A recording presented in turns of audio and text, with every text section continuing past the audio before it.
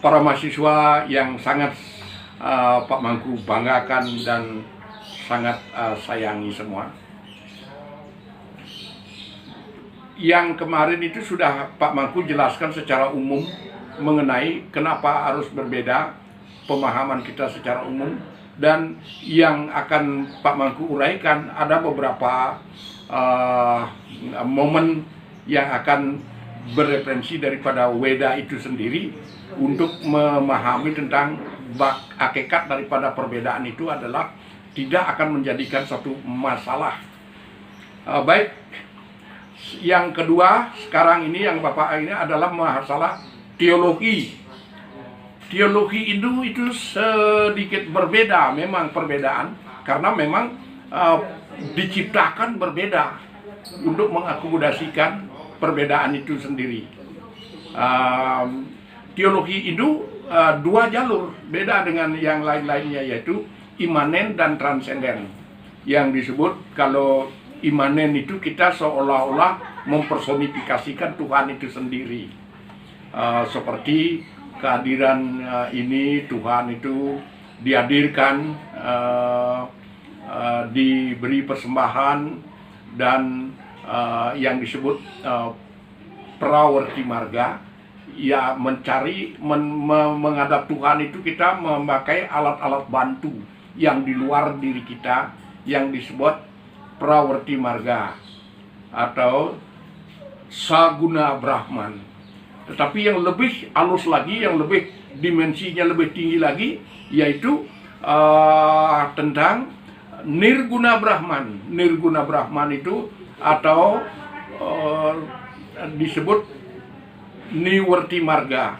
Kita tidak perlu lagi mencari alat-alat bantu di luar diri kita, tidak perlu membuat banten, tidak perlu membuat pura, karena di dalam Hindu, di dalam Weda itu disebutkan dengan tingkatan kemampuan setiap individu manusia untuk memahami tentang universalnya Weda itu sendiri. Dimana umpamanya sekarang di dalam diri kita sudah ada pura, di dalam diri kita sudah ada buah, di dalam diri kita sudah ada bunga, di dalam diri kita sudah ada daun, dan segala-galanya dituangkan di dalam Weda bahwa apa yang ada di makrokosmos juga ada di dalam diri kita, seperti dituangkan di dalam Sucita Semudi, ngadegang meruring sarira magenta swaraning sepi meganda tesning budi. Artinya di situ yang sangat harus kita pahami di dalam memahami perbedaan itu. Kalau kita umpamanya sekarang masih pemula-pemula seperti Pak Mangku, seperti anak-anakku, para mahasiswa, masih pemula-pemula, masih melaksanakan jalur yang disebut saguna Brahman atau prawerti marga, masih pakai alat-alat bantu di luar diri kita, yaitu membuat pura, kita membuat sesaji untuk rasa bakti kita kepada yang Maha Pencipta, Tuhan yang menciptakan alam semesta ini. Tetapi kalau sudah kalau di dalam Weda disebutkan jalan menujuku ada dibagi dua menjadi apa? Karma kanda. Karma kanda itu terdiri dari dua unsur, yaitu bakti dan karma. Dan jenana kanda dibagi dua unsur, yaitu jenana dan raja. Dibagi empat, jadi dia menjadi catur marga yoga. Bakti marga yoga, karma marga yoga, jenana marga yoga, dan raja marga yoga. Dibagi 9 menjadi dia nawa wida bakti, 9 jalan untuk menuju jalanku. Si nawa wida bakti ada 9 jalan itu. Makanya di dalam Weda disebutkan, ya,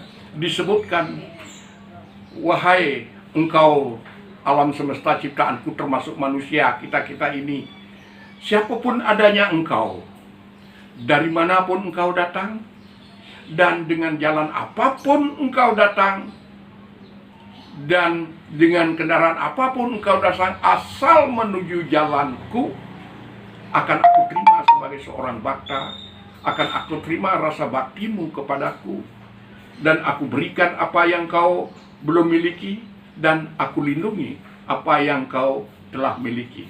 Artinya di situ yang sangat dalam sekali, yang akan memberikan satu konsep pola pikir kita untuk menjelaskan kepada saudara kita pemuda yang menanyakan atau ingin mengetahui tentang perbedaan di dalam Hindu, di dalam pengejauhantahan agama Hindu di muka bumi ini berbeda-beda.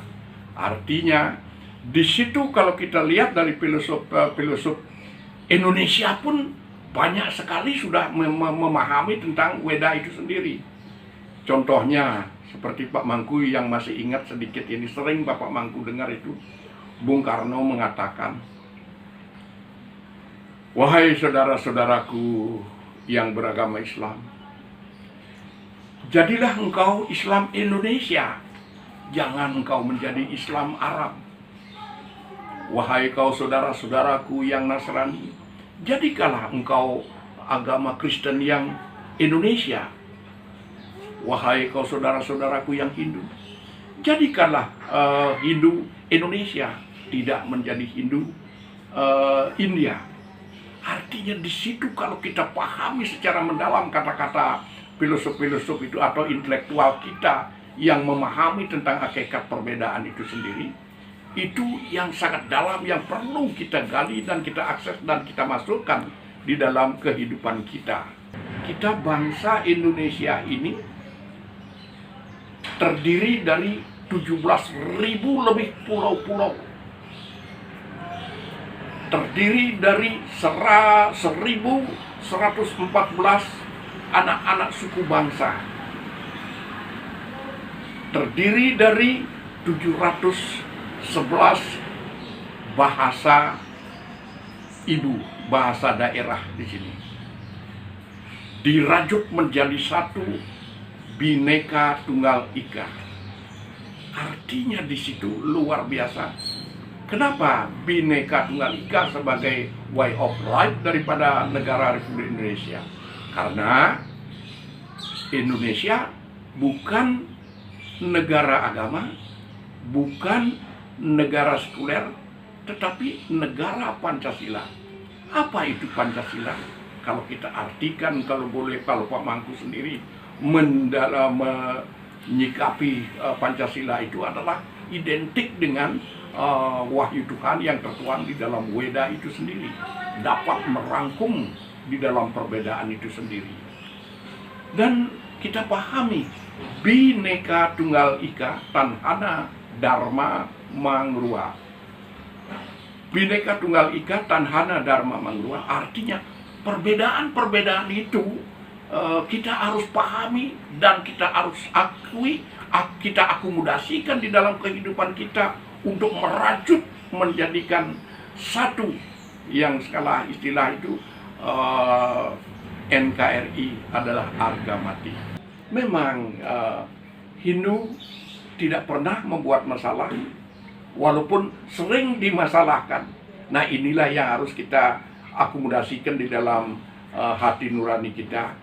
Janganlah menjadi Hindu formalitas saja, tetapi jadilah Hindu menjadi suatu way of life dalam hidup kita. Hindu adalah merupakan satu menyempurnakan hidup kita. Hindu adalah tujuan akhir daripada hidup kita. Karena di dalam Hindu itu sendiri tertuang aspek-aspek ajaran Dharma yang sesungguhnya. Setiap agama mempunyai definisi sendiri-sendiri disesuaikan dengan kebutuhan agama itu sendiri-sendiri. Bukan berarti agama itu banyak apa artinya bertabrakan. Tidak, kita tetap mengakomodasikan. Ya, kita tetap akan mengakomodasikan untuk mengakomodasikan bahwa agama itu adalah tujuannya satu. Baik itu agama Muslim mengajak kita untuk menyembah yang satu. Bhinneka Tunggal Ika Tanhana Dharma Mangrua, artinya Tuhan yang satu itu kita menuju mengakui keberadaan Tuhan yang satu itu. Saudara-saudara kita yang beragama Nasrani juga mengajak umatnya untuk menyembah Tuhan yang satu, tidak ada Tuhan yang kedua. Apalagi Hindu. Hindu sudah jelas itu. Om Ewa Ekem Adwityam Brahman. Tidak ada Tuhan yang kedua. Tuhan itu hanya satu, tatsat wiprah bahuda wadanti. Artinya tidak ada Tuhan yang kedua. Yang kenapa banyak disalah mengertikan Tuhan itu banyak, ada Brahma, Wisnu, Iswara. Itu adalah maha sempurnanya Tuhan yang tidak terbatas, yang tidak bisa dipikirkan dengan keterbatasan kita. Tuhan itu maha sempurna.